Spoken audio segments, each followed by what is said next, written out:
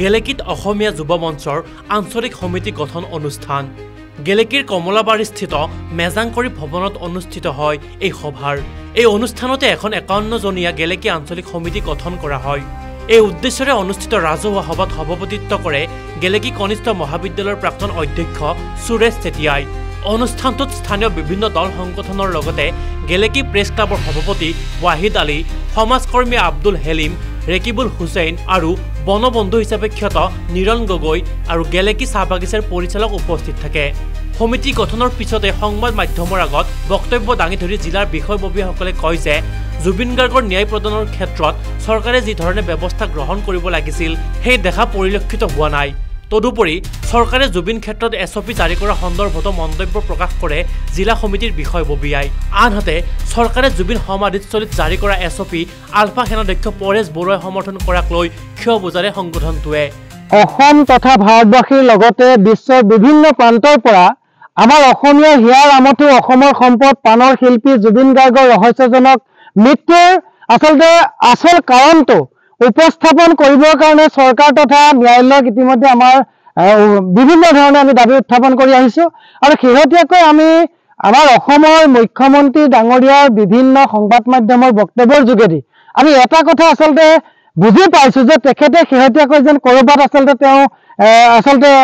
পৰাজয় বৰণ কৰিছে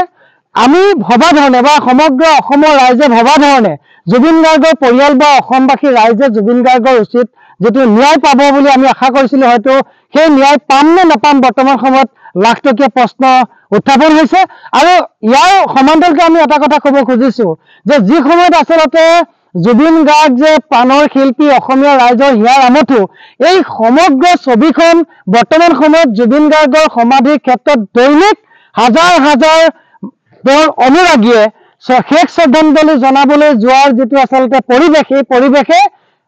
আমাৰ সমাজ জীৱনত জুবিন গাৰ্গৰ ভূমিকা বা জুবিন গাৰ্গক যে ভগৱান সদৃশ বুলি ভাবো তাকে প্ৰমাণ কৰিছে আৰু প্ৰতিদিনে এনেকে ধৰণে হাজাৰ হাজাৰ মানুহ গৈ পেলাই জুবিন গাৰ্গৰ শ্ৰদ্ধা জনোৱাৰ যেটো পৰিৱেশ এই পৰিৱেশ দেখি হয়তো মুখ্যমন্ত্ৰী ডাঙৰীয়াই ভয় খাইছে আৰু সেই কাৰণে জুবিন গাৰ্গৰ সমাধিলৈ আমাৰ অসমৰ যিকোনো ৰাইজ গৈ পেলাই শ্ৰদ্ধা জনোৱাৰ ক্ষেত্ৰত এছপি তেওঁলোকে ঘোষণা কৰি এক প্ৰকাৰ মানুহৰ সমাগম কম কৰাবৰ কাৰণে কৌশল তেওঁলোকে অৱলম্বন কৰিছে গতিকে আমি এই এছপি প্ৰত্যাহাৰ কৰিবৰ কাৰণে আমি মুখ্যমন্ত্ৰী ডাঙৰীয়াক আহ্বান জনাইছো আৰু ইয়াৰ লগে লগে আমি আলফা স্বাধীনৰ মুৰব্বী পৰেশ বৰুৱাকো সকীয়াই দিছো যে যিজন পৰেশ বৰুৱাই সোণৰ অসম গঢ়িম বুলি গৈ তেওঁলোকে জংঘলত থাকি অস্ত্ৰ হাতত তুলি লৈ সংগ্ৰাম অব্যাহত ৰাখিছে কোনো ধৰণৰ আজিলৈকে ৰাজনৈতিক তেওঁলোকৰ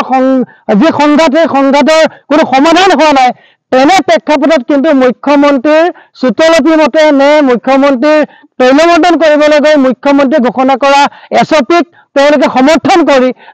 জুবিন গাৰ্গৰ প্ৰতি থকা জাতীয় দায়বদ্ধতা যে তেওঁলোকৰ নাই তাক প্ৰমাণ কৰিছে সেই কাৰণে আমি কৈছো যে পৰেশ বৰুৱা ডাঙৰীয়াৰ এই ভাষ্য হাস্যকৰ আৰু আগন্তুক দিনত এনেকুৱা ধৰণৰ বক্তব্য দিয়াৰ পৰা পৰেশ বৰুৱাকো আমি বিৰত থাকিবৰ কাৰণে অসমীয়া জনতাক সকীয়াই দিছো গেলেকীৰ পৰা Wahid Ali news desk report